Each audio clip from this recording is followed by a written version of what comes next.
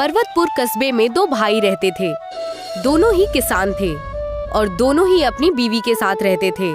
लेकिन बड़ा भाई सूरज छोटे भाई मनीष से बहुत जलता था। हमेशा वो पूरा खेत और जमीन हड़पने की फिराक में रहता था। सूरज अपनी बीवी कोयल और मनीष अपनी बीवी खुशबू के साथ अपने घरों में रहा करते थे। घर तो एक था, लेकिन वहाँ इख्तियार बिल्कुल नहीं था।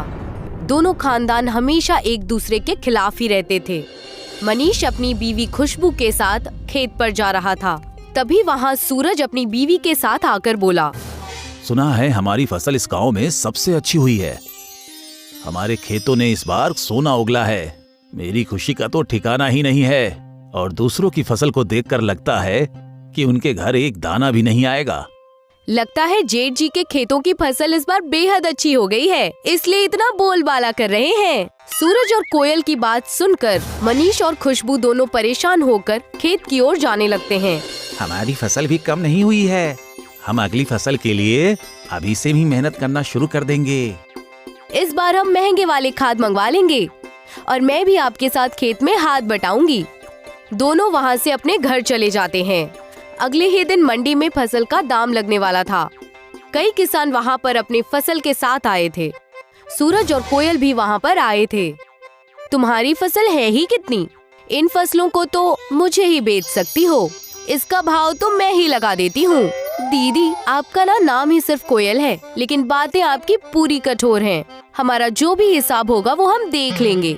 इतना सुनते ही कोयल वहाँ से मुंह बनाकर निकल जाती है और खुशबू अपने फसलों का भाव ताव करने लगती है।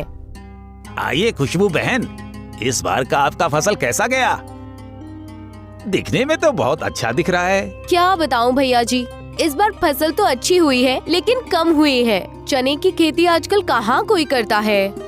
चने की खेती कम करने की वजह से ही चने आजकल बहुत महंगे बिक रहे हैं। खुशबू अपने चने की फसल लेकर मंडी पर भाव कर ही रही होती है कि कोयल के चावल की फसलों का दाम लग जाता है। चावल के दाम देखकर कोयल और सूरज निराश हो जाते हैं। वहीं मनीष और खुशबू चने के दाम से खुश रहते हैं। मैंने तुमसे कहा था इस बार हम भी चने की खेती कर लेते हैं, लेकिन तुम मानी ही नहीं। अब देखो, हमसे ज्यादा मनीष को चने का दाम मिल गया। अरे, तो कौन सी इतनी बड़ी बात हो गई? हम भी अगली बार चने की फसल करेंगे, इसमें कौन सी बड़ी बात है। सूरज और कोयल दोनों चने की खेती तैयार करने लगते हैं। दूसरी तरफ मनीष और खुशबू भी चने की खेती की तैयारी में लग जाते हैं। अजी सुनती हो, इस बार हमें अच्छी तैयारी करनी है। इस बार भी हम चने की फसल उगाएंगे। वक्त बीत रहा था। सूरज महंगी महंगी खाद लेकर अपनी चने की फसल पर डालता है और उनका बहुत अच्छे से ख्याल रखता है। हमें हमारे खेत के चारों तरफ कांटे और तार लगाने पड़ेंगे, वरना हमारे खेत में जानवर आ जाएंगे और हमारी फसल को इससे नुकसान हो सकता है। नहीं जी, पहले से ही हमारी फसलों में इस बार बहुत पैसे खर्च हो गए हैं और अब हम और खर्चा नहीं कर सकते। हमारे पास इसके अलावा और कोई रास्ता नहीं है।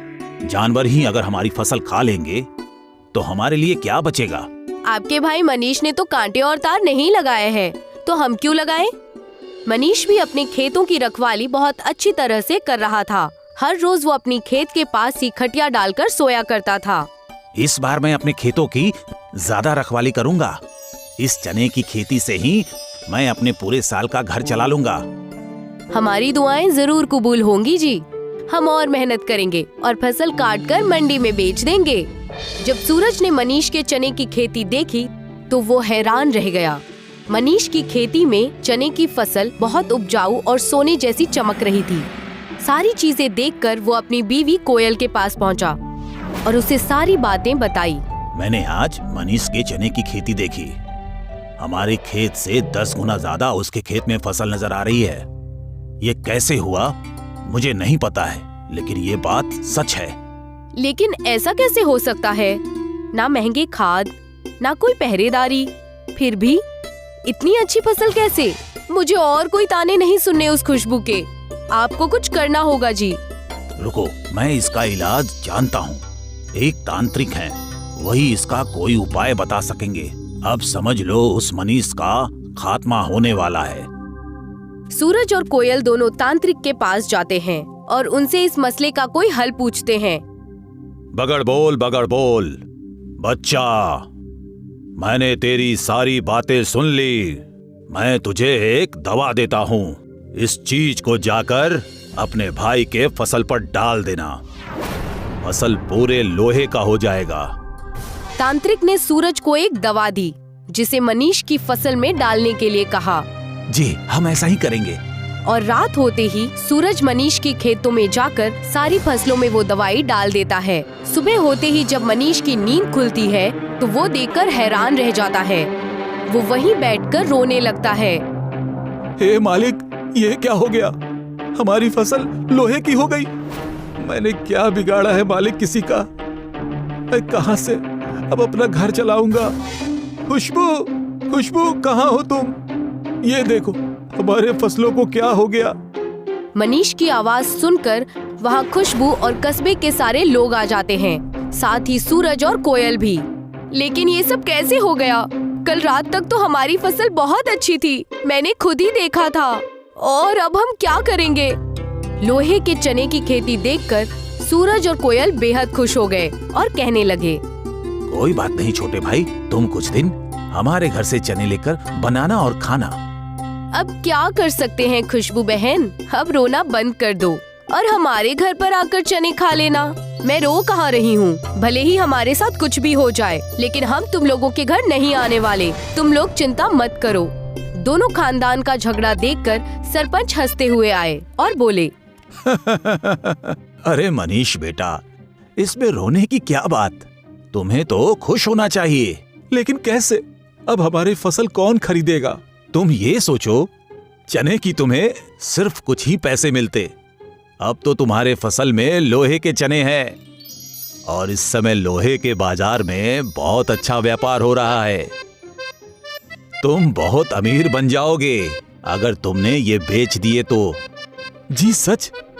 क्या आप किसी को जानते हैं जो हमारे लोहे के फसल को खरीद ले? मैं जानता हूं। तुम घबराओ मत, बल्कि खुश रहो। जिसको पछताना है वो पछताएगा। सरपंच के कहने पर मनीष ने अपने लोहे की फसल बेच दी और बड़े शान से रहने लगा। दूसरी तरफ कोयल और सूरज के चने मंडी में बहुत कम दाम में बिके। उन्हें उनका सबक मिल गया। मनीष और खुशबू ने बड़े मकान भी बना लिए और वहीं खुशी खुशी रहने लगे।